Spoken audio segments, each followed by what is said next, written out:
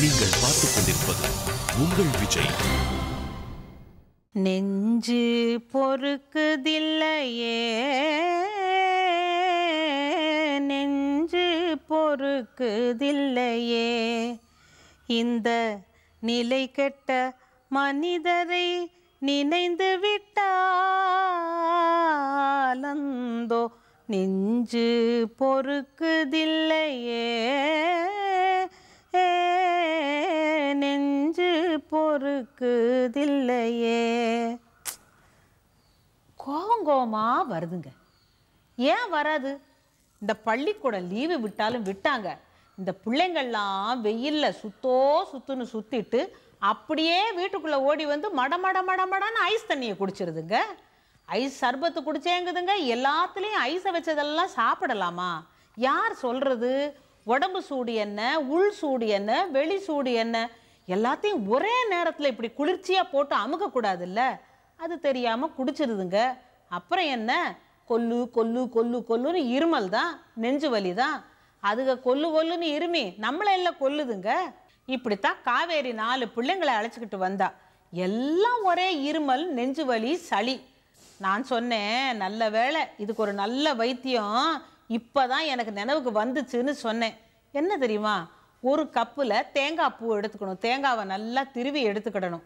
ஒரு 10-15 பூண்டை உரிச்சு, நல்லா மலைப்பூடை எடுத்து உரிச்சு அந்த தேங்காய்க்குள்ளே வச்சு அப்படியே மூடி இந்த மாதிரி வேடு கட்டிப்பிடணும்.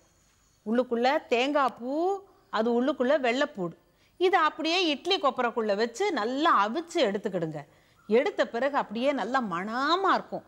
பனங்கள் கடுல்ல, அதை எடுத்து நல்லா பொடிச்சு நடுப்புற போட்டு பெனஞ்சு பிள்ளைங்களுக்கு உருண்டையாக கொடுத்துரு வெறும் வயத்தில் சாப்பிடணும். இந்த நெஞ்சு வலியை கேட்கும்னு சொன்னேன். ரொம்ப சந்தோஷம் அவளுக்கு. ஏன்னா தேங்காவும் வீட்லேயே இருக்குது, பூண்டு வீட்லேயே இருக்குது, நான் எங்கேயும் ஓட வேண்டாம்னா. அட சோம்பேறி, பிள்ளைங்களுக்கு மருந்து கொடுக்கணுன்னா கடைக்கு போய் வாங்கணுன்னா வாங்கித்தான் ஆகணும்.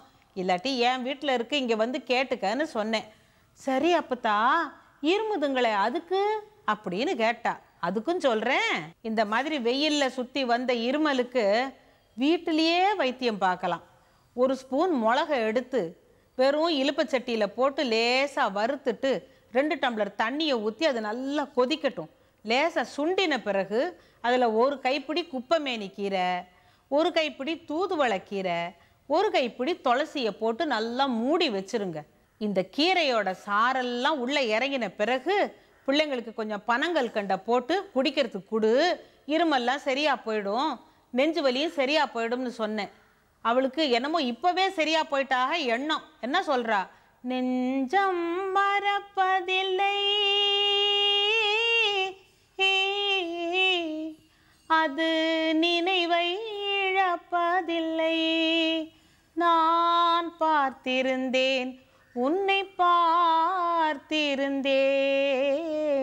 கண்களும் மூடவில்லை, என் கண்களும் மூடவில்லை, நெஞ்சம் மறப்பதில்லை.